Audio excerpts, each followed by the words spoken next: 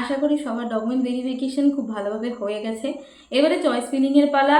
আমি জানি তোমাদের মনে এবারে সবার এই প্রশ্নটাই আসবে যে কত টাকা ফিস পেমেন্ট করতে হবে, যে যে কলেজে জন্য চয়েস ফিলিংয়ে দিচ্ছ আর অ্যালোটেড কলেজের কি ফি স্ট্রাকচার, এটা সবারই কোয়ারি থাকে। তো এখন আমার ভিডিও সিরিজ হবে পরপর ওয়েস্ট বেঙ্গলে যতগুলো প্রাইভেট হোমিওপ্যাথিক মেডিকেল কলেজ আছে তাদের কি ফি স্ট্রাকচার থাকছে সেটা নিয়ে।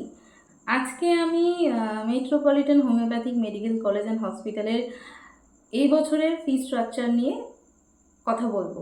সিবিডিসি কারিকুলাম অনুযায়ী বিএইচএমএস এখন ফার্স্ট ইয়ার 1.5 বছরের হয়। তো ফার্স্ট ইয়ারের স্টেট কোটার ফিস থাকে 2,14,000, ম্যানেজমেন্ট কোটার ফিস থাকে 5,14,000।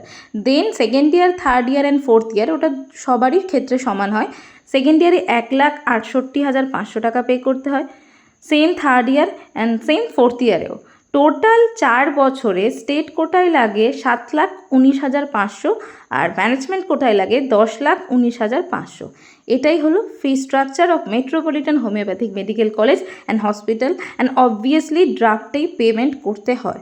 আরও কিছু জানার থাকলে তোমরা আমাকে কমেন্ট করতে পারো, বা ডাইরেক্ট যদি কলেজের সঙ্গে কন্ট্যাক্ট করতে চাও, কলেজের ভালো একটা ওয়েবসাইট আছে, ওখান থেকে কলেজের সঙ্গে তোমরা কন্ট্যাক্টও করতে পারো।